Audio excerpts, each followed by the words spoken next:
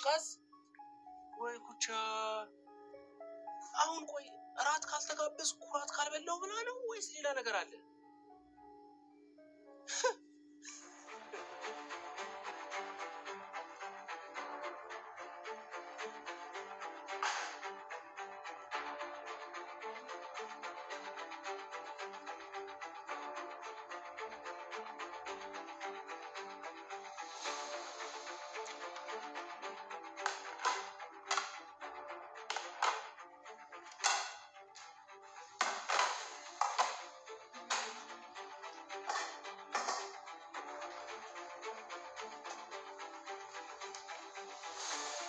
በጣም አምሮብሃል። ማለት እንግዶቹ አይመጡም እንዴ? የሚሻለው እንግዶቹን ለማየት በጣም ያጓጓሽ ትመስያለሽ። እኔ ለምን ጓጓለሁ? ምናልባት በኋላ መፋጠጡ እንዳይኖር ብለሽ ሰጥተሽ ይሆናል። እኔ ከገባኝ በቃ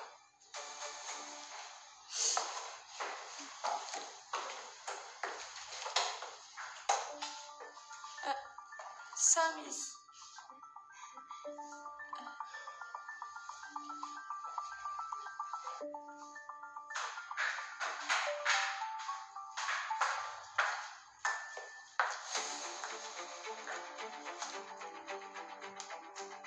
ቤዛና ሱራፌል ሉሲንና ሳሚን እራት ለመጋበዝ እየተመካከሩና እየተስማሙ ነበረ።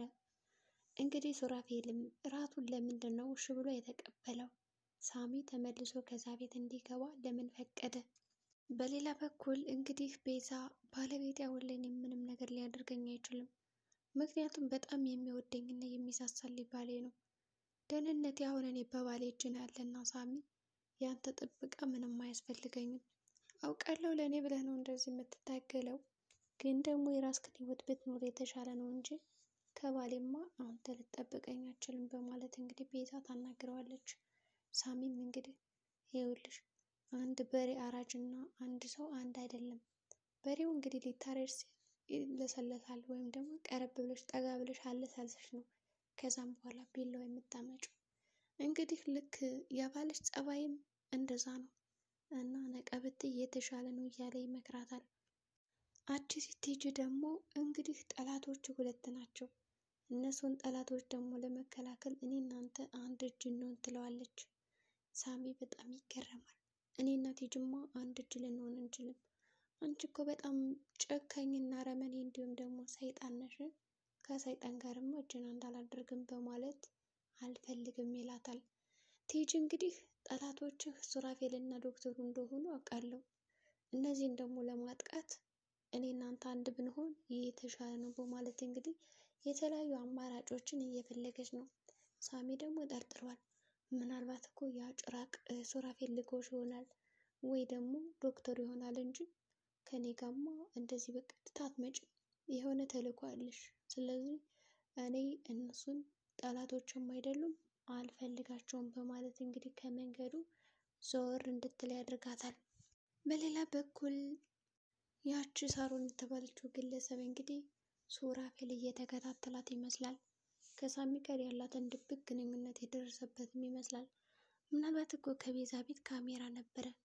እንግዲህ ያቺ ሳሮን የምትባለው ስታወራ እየተደበቀች ከሳሚ ጋር የስልክ ንግግር ወይም ደግሞ በካሜራ የምታደርገውን ነገር አድርጓት ከሆነ አይቷት ከሆነ ሱራፌል አሁን ከቤዛ ጋር ያለውን ነገር ሊያጣላ አንድ መንገድ ይከፍትለታል።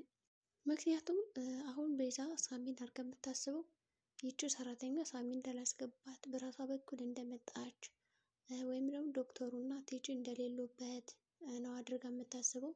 ሱራፌል እንግዲህ ከዚህ የራት ግብዣ ላይ ሰራተኛቱን ያመጣት ሳሚ ነው ብሎ ፊት ለፊት በማስረጃ የሚያዋርደው ከሆነ ቤዛ በጭራሽ ልታምነው አትችልም ማለት ነው።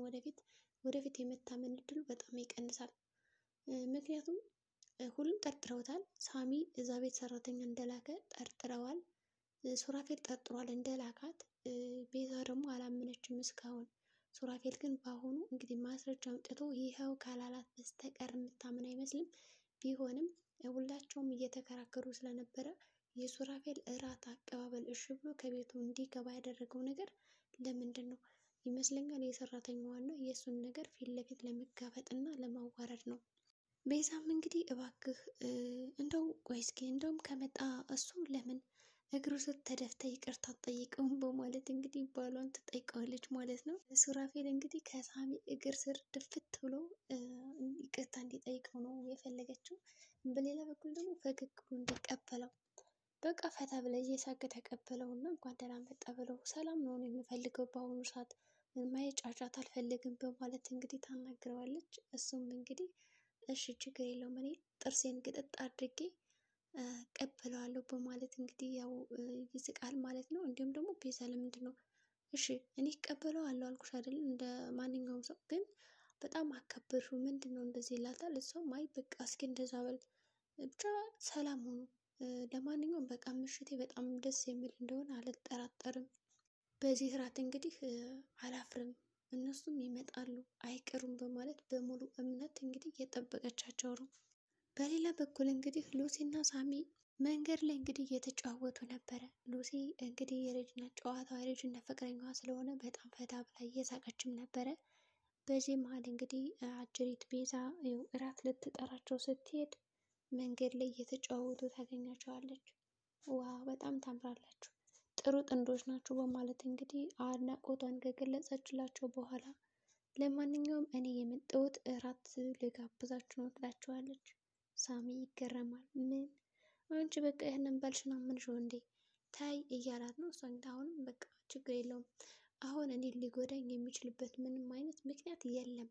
ገንዘቡንም በስሜ አስገባልሻለሁ ብሎኛል፣ ሀብቱንም በስሜ ያዞርልሻለሁ ብሎኛል ብለዋለች። ግን ሱራፌል እርግጥ ነው ተናግሯል። ቤቱን ባንቺ ስም አደርጋለሁ፣ ሆቴሉን ባንቺ ስም አደርጋለሁ ብሏታል። እስካሁን ግን ምንም በስሟ ያደረግላት ነገር የለም። ግን እመኝኝ ይላታል።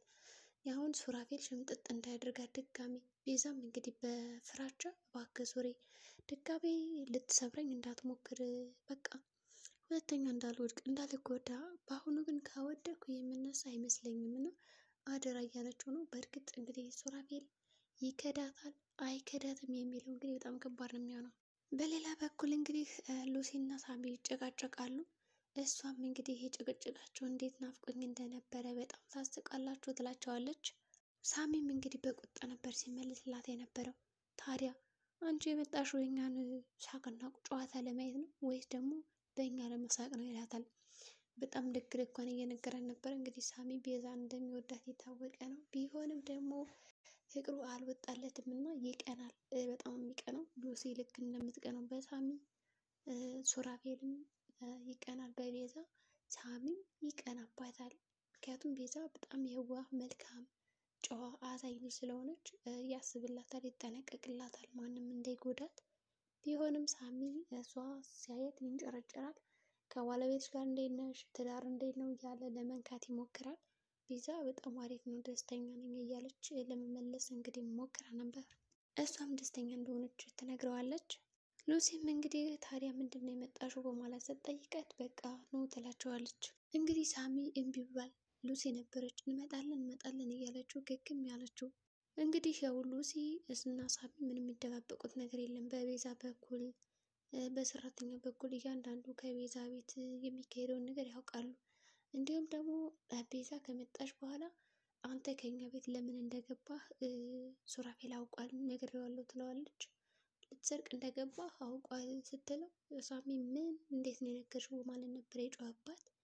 አሁን ትለዋለች እና ሉሲ ደግሞ እህቱ እንድታከም ትፈልጋለች። ቤዛ ገንዘብ እንድትሰጣት ትፈልጋለች። ሳሚ ደግሞ ይህን ነገር ከሰው መቀበል አይፈልግም እና የራቱ ነገር አሳስቦታል። እንዴት ሊጠራን ቻለ? እኔ እኮ አሁን የፈራሁት ፊት ለፊቱ ቁጭ አድርጎ በቃ በዙሪያው ሊጠመጥምብኝ የሆነ ነገር ሊያስርብኝ እንዳይሆን በቃ የእሱ እስረኛ እንዳያደርገን የምፈራው በማለት ለሉሲ ያማከራታል። ሉሲም እንግዲህ ሰራተኛቱን የላካት አንተ ነህ፣ ስለዚህ ልትፈራ አይገባም መበርታት ነው እንጂ ያለብህ እያለች ያው ለማሞገዝ ሞክራለች። በሌላ በኩል እንግዲህ አንቺና ሳሮን ምንድን ነው ያወራችሁት ንገሬ ሲላት ምንም የለም፣ በእርግጥ ያወራነው ነገር አለ ስለ እኔና ስለ አንተ ነው ያለችው። እና ምን ነገርሻት ሲላት ያው ተወጇልሽ አታፈቅሪውም ያፈቅርሻት በሚለው ነው የጠየቀችው ብላ ትዋሸዋለች። እሷም እንግዲህ በእርግጥ ትክክለኛ መልስ ነው የመለስኩላት በማለት እንግዲህ ጉዳዩን ዝም ትላለች። ሳሚ ማወቅ ይፈልጋል ጉዳዩን። እሷ ደግሞ ማወቅ ከፈለክ ለምን ሳሮን ሄዳ አትጠይቃትም ስለዚህ አልጠይቅም ትለዋለች። እራት እንደሚጋብዛት ነገረችው። እግሬን እኮ ተሽሎኛል ለምን አጋብዘኝም ስትለው እሺ ነበር ያለው። እግሬ እሺ ብሏል። በአሁኑ እንኳን ምንም ነገር ሳያቅማማ ነው እሺ ያላት። እሺ እንዳለ ያው ቤዛ መጣ። እራት ጠራቻቸው ማለት ነው። በዚህ የተነሳ ይነጫነጫል አልሄድም ምናምን። ከዛ ግን ሉሲ እንደምንም ብላ አሳመነችው እና ለመሄድ ተስማሙ። እራት እንግዲህ ውጭ የሚበሉትን ቤዛ ቤት ይበላሉ። ሳሚም ቆይ አንቺ እርቦሻል እንዴ? ከራበሽ ታዲያ ለምንድን ነው እዚህ የተሰራው ምግብ ማን ሊበለው ነው እዛ የምትሄጂ ይላታል። ሉሲ ደግሞ በቃ እንሂድ ምን ችግር አለው ማለት ነው እንግዲህ ግግም ያለችበት። በሌላ በኩል ሳሮን ለሳሚ ደውላ ነግረዋለች እራት እንደሚመጡ እንደሚጋበዙ፣ እንዲሁም ደግሞ ጥሩ ሰው እንደሆነ ሱራፌል አንተ እንደምታስበው እና እንደምነግረኝ አይደለም እባክህ ተው እያለችው ነው። ሱራፌል ጠርጥሯል እንግዲህ ሙሉ ለሙሉ ከሳሚ ጋር የሆነ ግንኙነት እንዳላት። እሱም እንግዲህ ቆይ እኔ ከዛ ቤት የላኩሽ ለምንድን ነው? ወሬ ልታቀብኝ ነው እንዴት? ስለ ጠላት የወሬ አመላላሽ ልትሆኝ አይደለም፣ ስለ እኔ ልትሰሪልኝ ነው እንጂ። እንደውም ታውቂያለሽ ደግሞ እኔ እና እሱ እንደምንታወቅ ያውቃል መሰለኝ ብላ ስትነግረው በቃ እሱ ሳያውቅ አሁኑኑ በቃ እዛ ቤት አስወጣሻለሁ ውጭ ይላታል። እሷ ደግሞ አልወጣም አሁንማ እንጀራዬን አግኝቻለሁ በቃ እሰራለሁ እኖራለሁ አለች። ማንንም መጉዳት አልፈልግም ስለዚህ እኖራለሁ ነው ያለችው። ሱራፌልም እንግዲህ ዘንጦ ነው የጠበቀው። እንግዲህ ሳሮን እዚህ ጋር የተሳሳተችው ስህተት ምንድን ነው? መጀመሪያ ሉሲ ስትገባ ሳሚስ በማለቷ አስነቅቶባታል። ሱራፌልም እንግዲህ መጀመሪያ ነበር የመጣውና አምሮባል ብላ አድናቆት ሰጠችው። እና ምንድን ነው ፈራሽ እንዴ ፊት ለፊት መፋጠጡ ይላታል። ማለት ስትለው አልገባኝም ስትለው እንግዲህ እኔ ከገባኝ ይበቃኛል ነው ያላት። ስለዚህ የሱራፌል ሀሳብና እቅድ አሁን ሁለቶችንም ፊት ለፊት አፋጦ መያዝ ነው። ይቺ ሰራተኛ እንዴት እንደገባች ማን እንዳስገባት እንግዲህ ከቤዛ ፊት ሊዋረዱ ነው ማለት ነው። ሰላም ጤና ይስጥልኝ ቻናል ቤተሰቦች፣ እዚህ ቻናል አዲስ ከሆኑ ሰብስክራይብ ያድርጉ። በቀጣይ ቪዲዮ እስከምንገናኝ መልካም ጊዜ ይሆንላችሁ።